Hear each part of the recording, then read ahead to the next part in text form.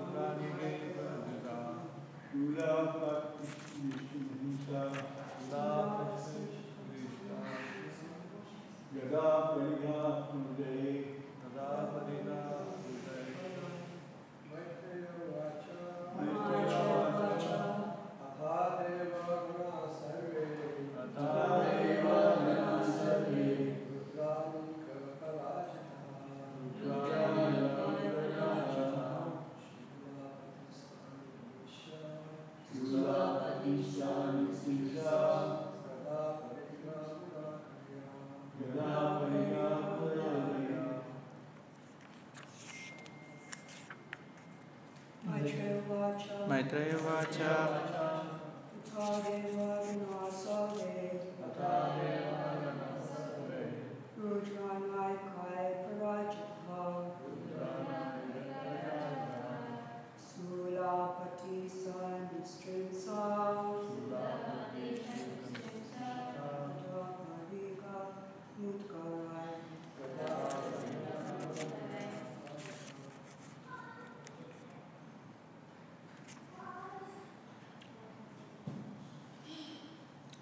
Next verse, next number 2.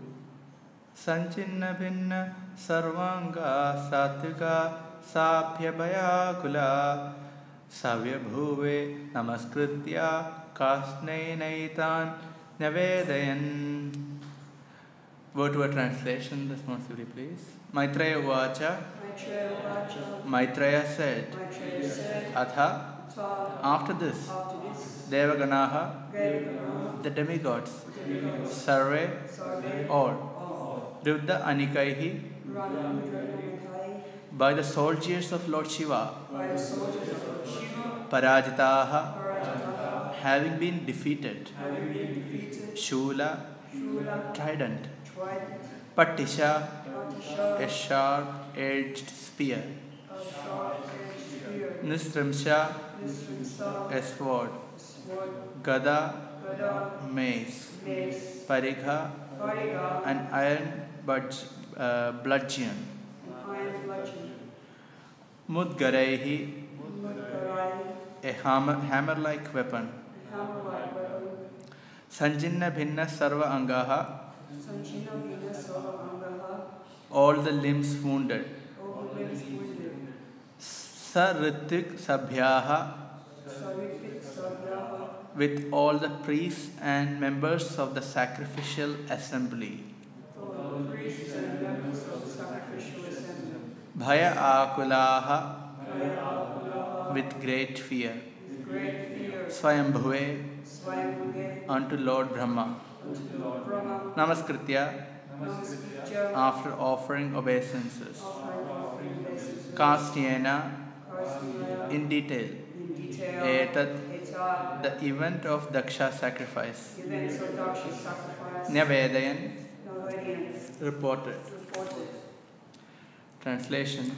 All the priests and other members of the sacrificial assembly and all the demigods, having been defeated by the soldiers of Lord Shiva and injured by weapons like trident and swords, approached Lord Brahma with great fear. After offering him obeisances, they began to speak in detail of all the events which had taken place. Verse number 3, there's no purport to this. Upalabhya puraivaitad bhagavan abjasambhava narayanascha vimshatma nakasyadhvaram iyatuhu. Both Lord Brahma and Vishnu had already known that such events would occur in the sacrificial arena of Daksha, and knowing beforehand, they did not go to the sacrifice.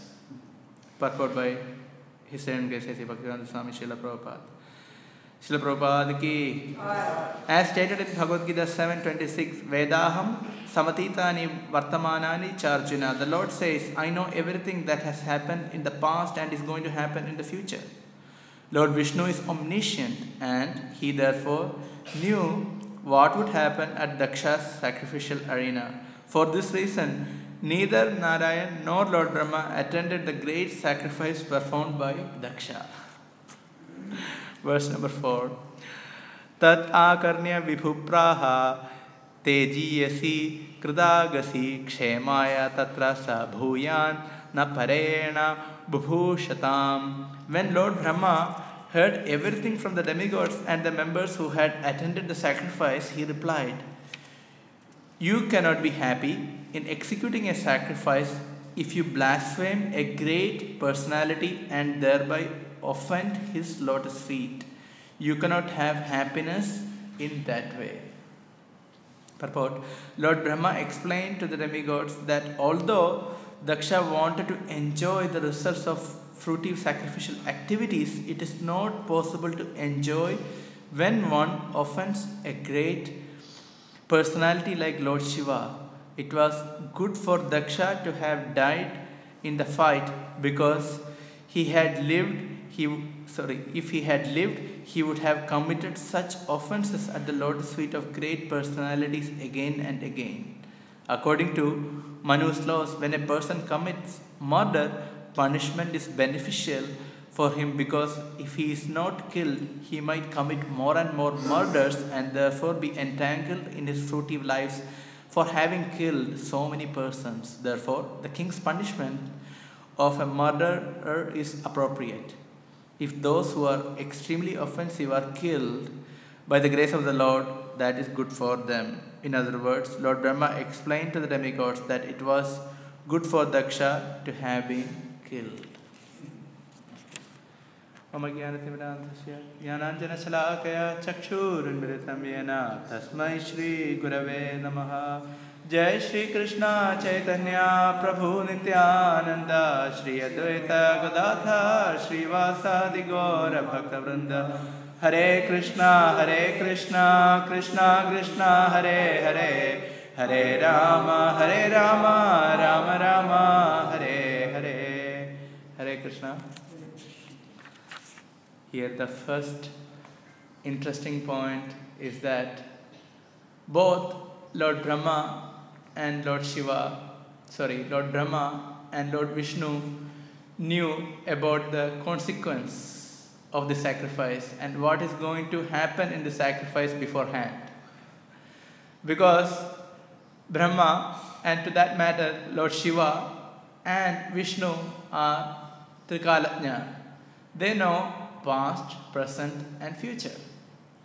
So having known this, they knew what's going to happen and they didn't want to partake in such a sacrifice. So Brahma didn't go for this particular sacrifice, nor did Lord Vishnu.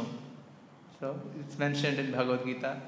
Vedaham samatitani vartamanani cha Arjuna bhavishyani cha bhutani mam tu veda na kaschana. Krishna says in Bhagavad Gita, I know past, I know present, and I know future. But no one knows me in its completeness. So this is the Supreme Lord. He knows past, present, and future. Then often one question is asked, if the Lord knows past, present, and future, then do we have free will? Yes, the Lord knows what's going to happen, especially in this past time. Lord Brahma and Lord Vishnu knew that Sati is going to take her life, and the whole curses and counter curses happened before, and now all the killings were going to happen right in front of everyone. Then where is the question of free will, right? Even in our life, if Krishna knows what we are going to do, then do we really have any free will? Because our philosophy is based on free will, and we are held accountable for our activities because we have free will. So the same question can be posed. So the answer is, we can address this issue in different ways. One, the material time is an aspect of Maya, of the Bahiranga Shakti. It is aspect of Maya. So as it is mentioned, Maya Javanika Channa, there is the curtain of Maya. For living entities, we cannot perceive the Lord because there is a curtain of Maya. Whereas for the Supreme Lord, there is no curtain of Maya. Means the time factor is not an obstruction for him to see the future. So that is one way of looking at it. So time factor or Maya is not an obstruction for the Lord to see the future, because time is an aspect of Krishna, it's an energy of Krishna, or the super soul manifests in the material creation in the form of the material time. So in that way, he knows the future. So what we are going to do, he can see. He's not interfering in our free will, but he can see. Similarly, another way of looking at the same point is that Krishna doesn't interfere with our choice, but he knows what we are going to choose. Simple, another way of saying the same thing. He knows what we are going to choose. He's not going to interfere, but he knows what we are going to choose. Is there anything wrong in it? No, he's not interfering. Now we may wonder, why is it so? The reason is, or how is it possible?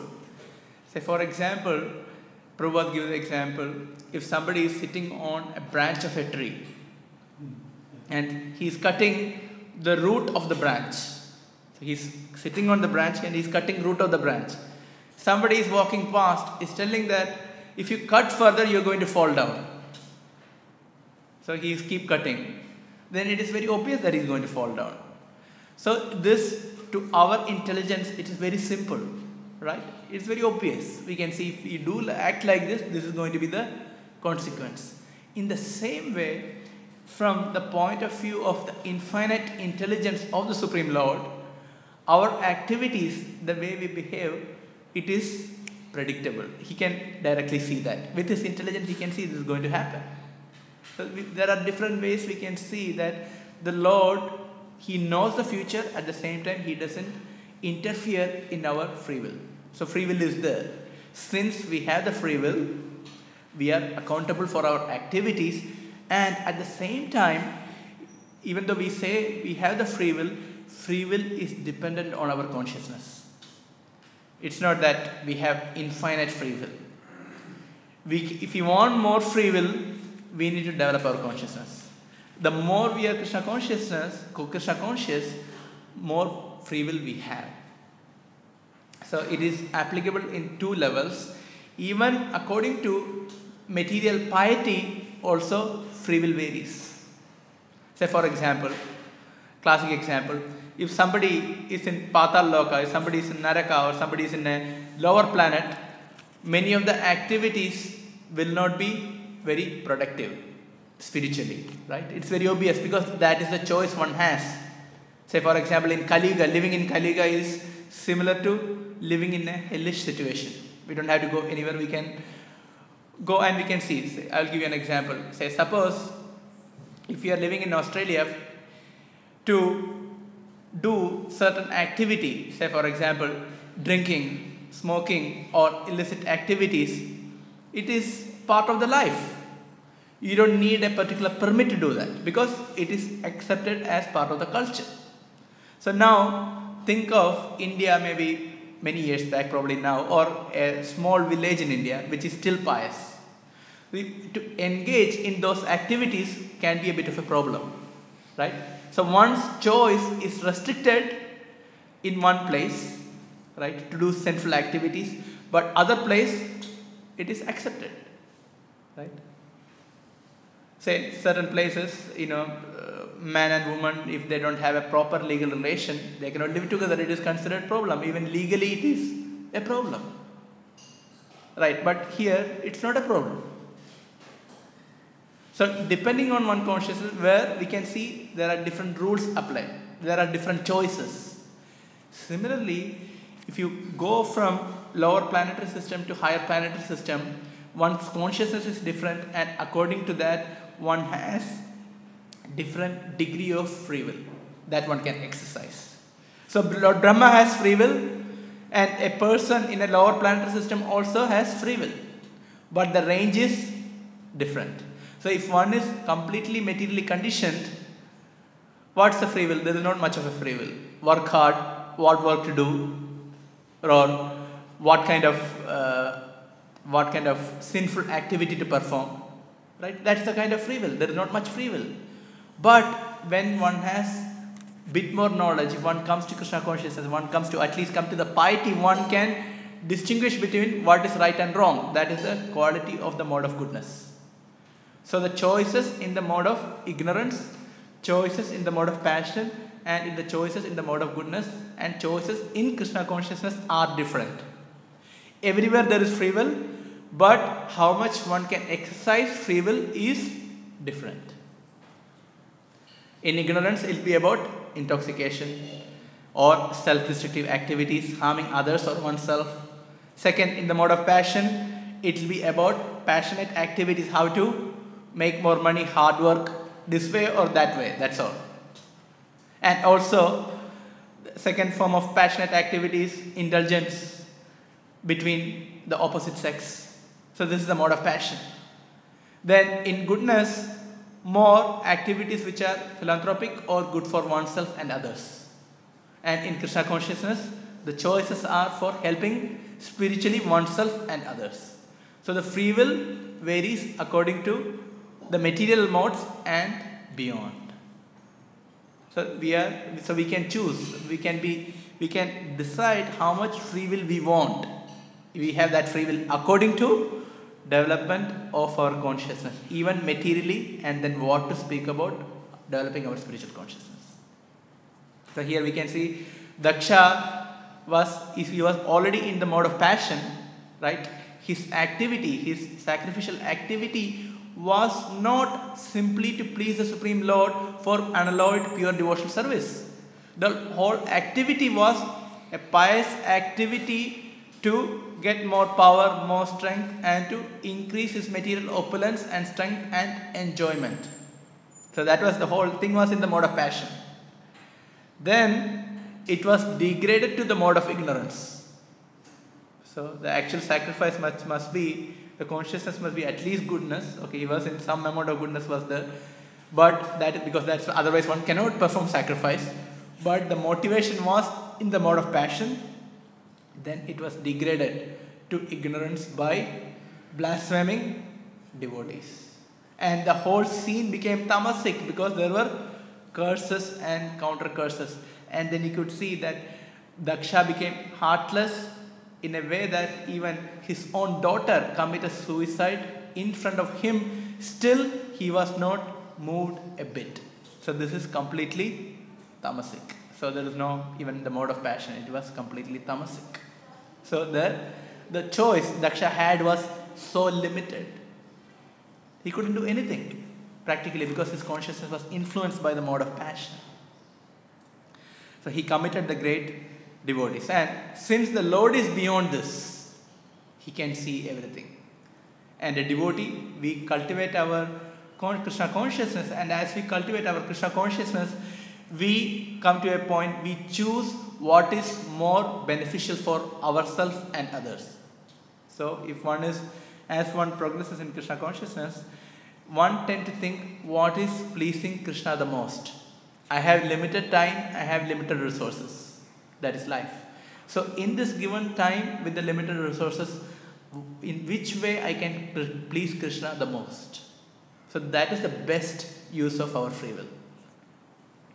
Because there can be 100 things that we can do. But what is most beneficial in this given circumstance to please the Lord? So this is the meditation of devotees. Srila Prabhupada mentioned one time that how devotees are peaceful. Why and how devotees are peaceful. As it is mentioned, there is a verse in Chaitanya Charitamrita. Everyone is ashanta, everyone is not peaceful. But a devotee is always peaceful. He said, a devotee is always peaceful and devotee's mind is under control because the devotee is thinking how he or she can preach Krishna consciousness, how he or she can help others.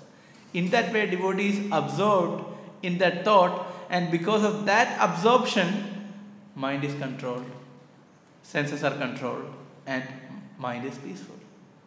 Because without peace, ashantasya kuto sukham, there is no question of sukha, there is no question of happiness without peace. Right? There is no question of happiness without peace. People say peace is the highest thing, but peace is not the highest thing. Bhagavad Gita asks, without peace there is no happiness. Happiness is after peace.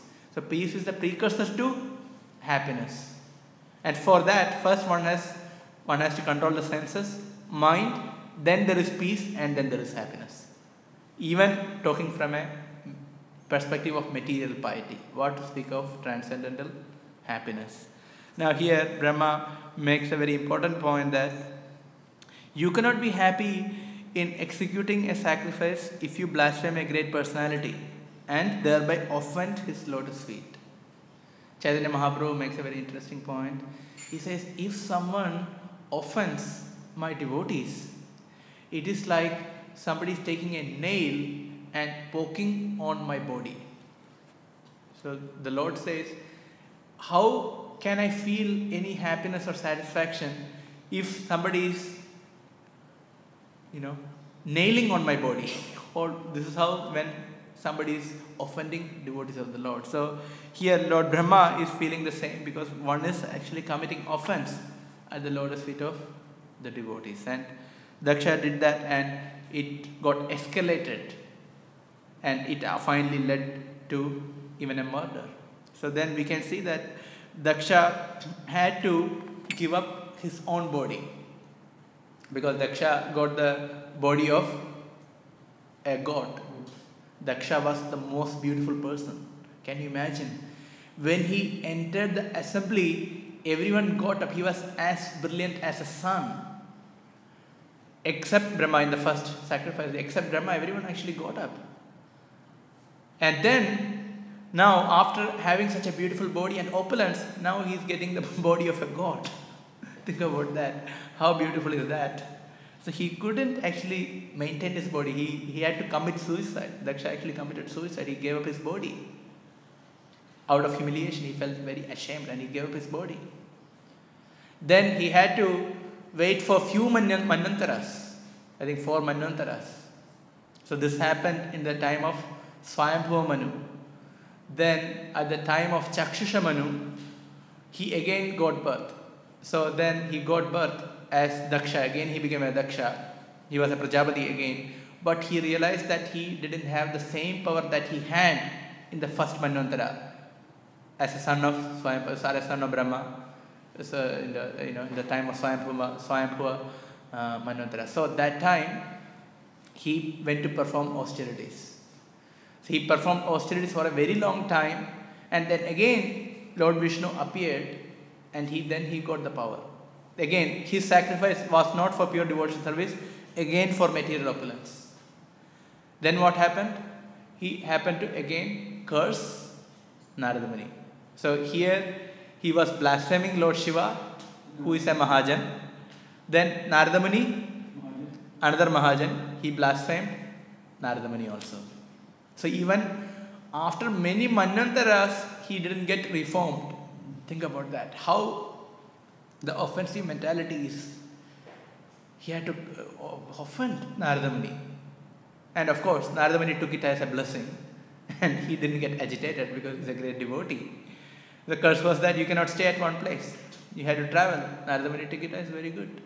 I can travel and preach. So he took it as a blessing and he traveled the world. Except he could stay in Vrindavan. Narada Muni, he could stay in Vrindavan as long as he wanted. Why? Because the curse doesn't get affected in Dham. Curse has nothing to do with Dham. If one is in Dham, curse has no impact. So Narada Muni could stay in Vrindavan as long as he wanted. So this is the power of the offenses. It continues and the mentality continues. Unless one actually work on one's own mentality, it continues.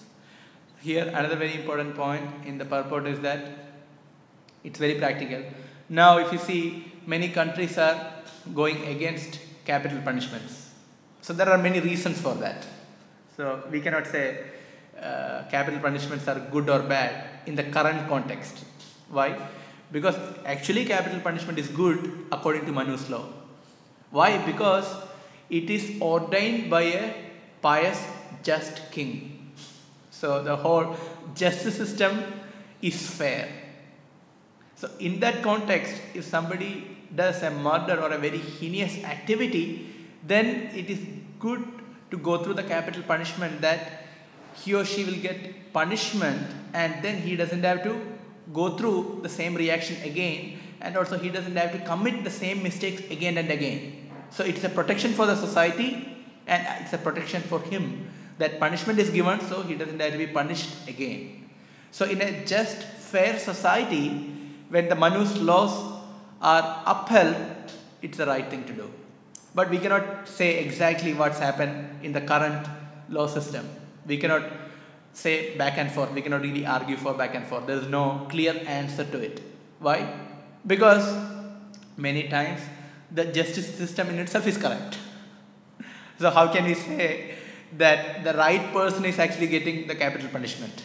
The problem starts from that point. And which cases or in which scenarios you can award capital punishment, we don't know exactly.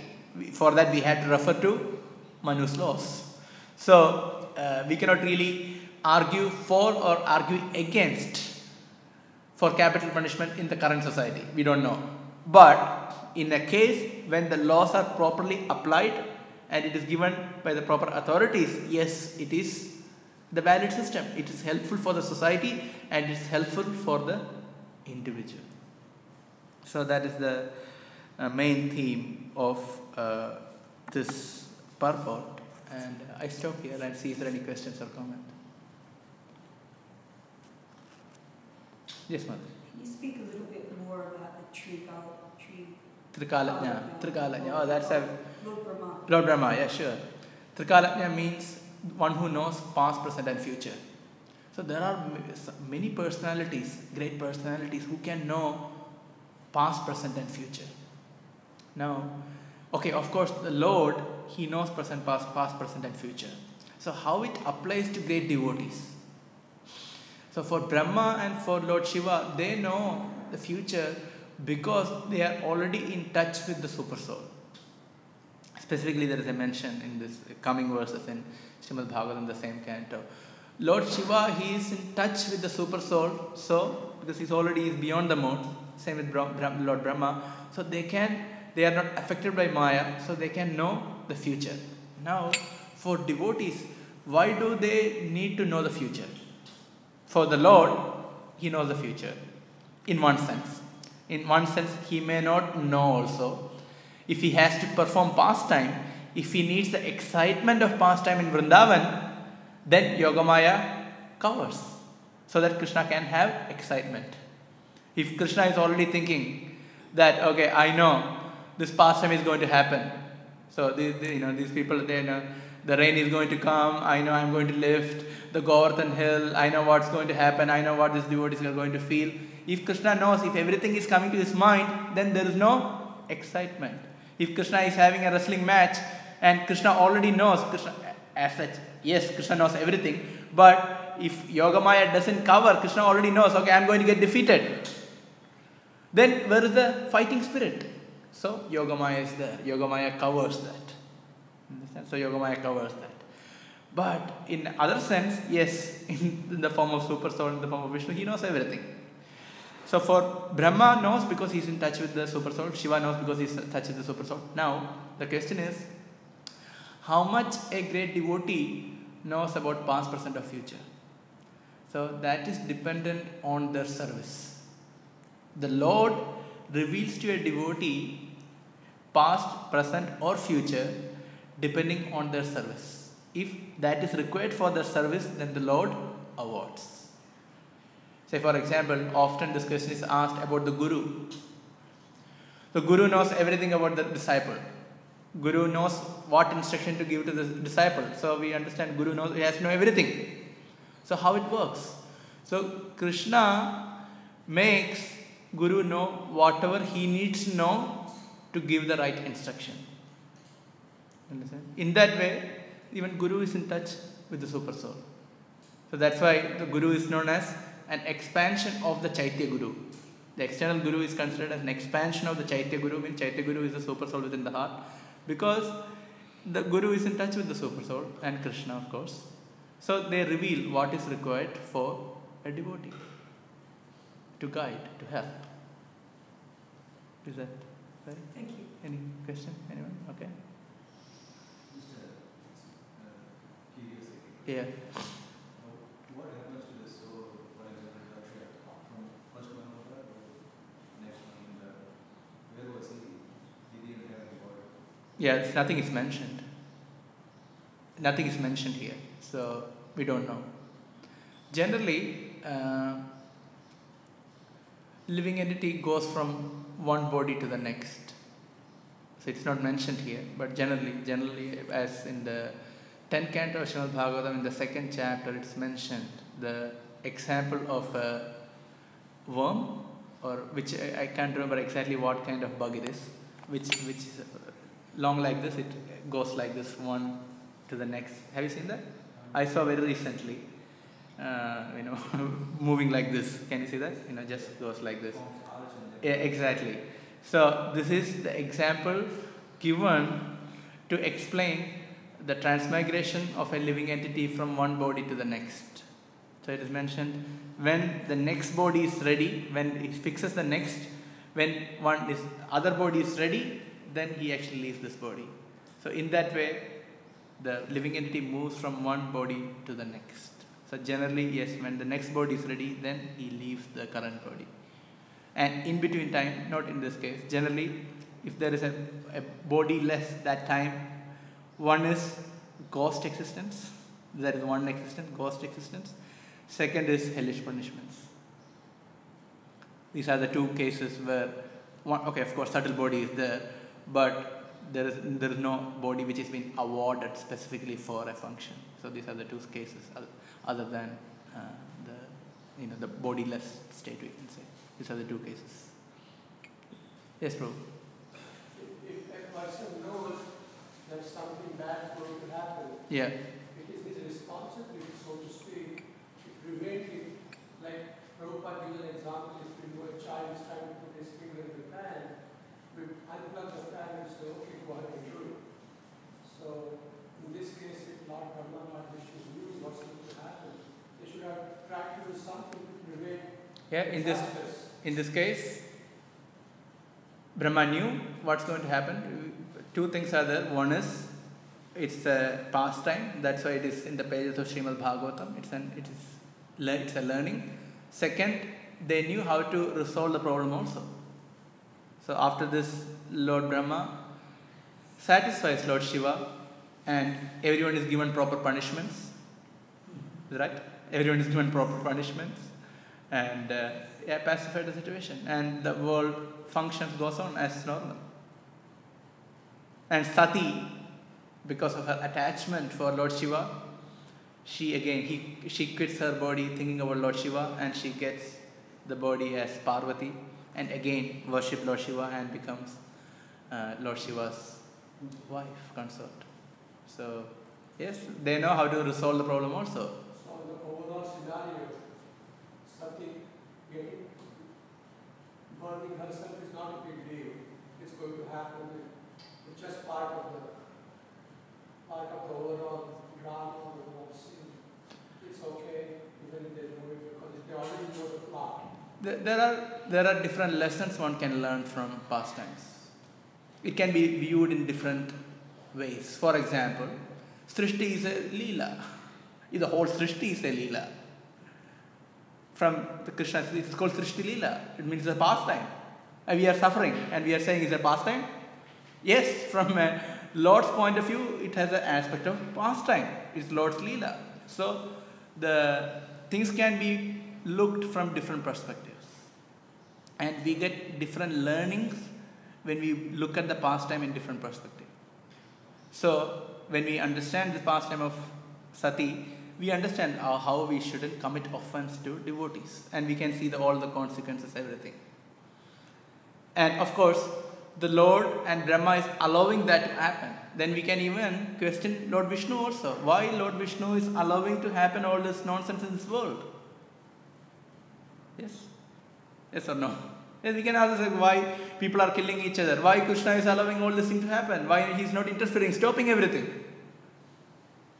Because Krishna, the Lord, doesn't want to interfere in the free will. He knows, but he doesn't. So here we can see in case of Lord Brahma also, he is allowing it to happen. And he is able to resolve. But he is allowing it to happen. Giving a lesson. He doesn't want to interfere. We have to understand. Sometimes devotees tell many things, don't do it. Or they must have given previous warning because Daksha has gone through whole education. Daksha is not a fool. Daksha is son of Lord Brahma. You know the speciality of Brahma? Brahma is known as Veda Garbha. Veda Garbha means one who is imbibed the whole Vedas. He's all four hands. He has Vedas. Wherever he goes, even the personified Vedas goes with Lord Brahma. So Daksha is completely educated in Vedic knowledge. So his education training is already given. So now, if he acts, he is given that free will to act because he is in a very high position. So Brahma doesn't want to interfere. We can see he doesn't want to interfere. So Vishnu doesn't want to interfere. He wants to see how he is going to act. And he knows that he is going to misbehave. And what's the punishment? Okay, the punishment is giving. He got a Godhead. That's the punishment. So we can see pastimes in different levels. We cannot take casually also. At the same time, we see everything is a Leela because it is in the page of Śrīmad Bhāgavatam. So in the very grand scale, we know that all living entities eventually will go back to God. It's only a matter of time after one birth or millions of births. It's a choice. It's a free will of the living entities. No one is guaranteeing. Krishna cannot guarantee because it is up to you. It's up to me. One time, Srila Prabhupada was asked this question. If everyone takes up Krishna consciousness and everyone, this is not going back to Godhead, okay, it is, if everyone takes up Krishna consciousness, who will run the society? Everyone is doing puja, everyone wants to chant. Who is going to run the society? You know what was the answer of Srila Prabhupada? Srila Prabhupada said, there will always be a lot of fools to push on this material world. You understand? We cannot guarantee, it is a free will. Okay. Yes, Madhuri.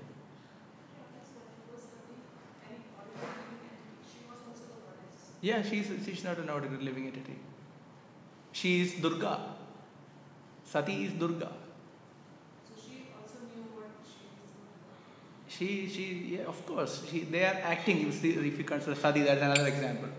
She knows what's going to happen. She, in a given circumstance, she may not remember. She is acting on one level according to a proper womanly nature. I want to see the marriage. There are different levels they are acting. On one level, I just want to go my dad's place. I want to partake in this marriage ceremony, and in the yajna, and all the relatives are coming. I want to have a good time. So that is her basic womanly nature. But of course, she has a nature which is much super beyond that. She has the capacity to kill hundreds of dakshas by her desire. She doesn't have to do anything. By her desire, she can kill hundreds of dakshas. But she didn't do that. So another inner level is she wanted to correct daksha. She wanted to correct daksha, and she wanted to appease Lord Shiva. She wanted to see what's going to happen. And she wanted to see herself what's going to happen. And she wanted the whole problem to be resolved, and she wanted to go and check it out. So that's another level. And next level, even though she had the capacity to kill everyone, she didn't want to do that. One reason, since she is functioning as the daughter of Daksha, it is inappropriate for her to punish and kill her father. See how in different capacities how they are functioning.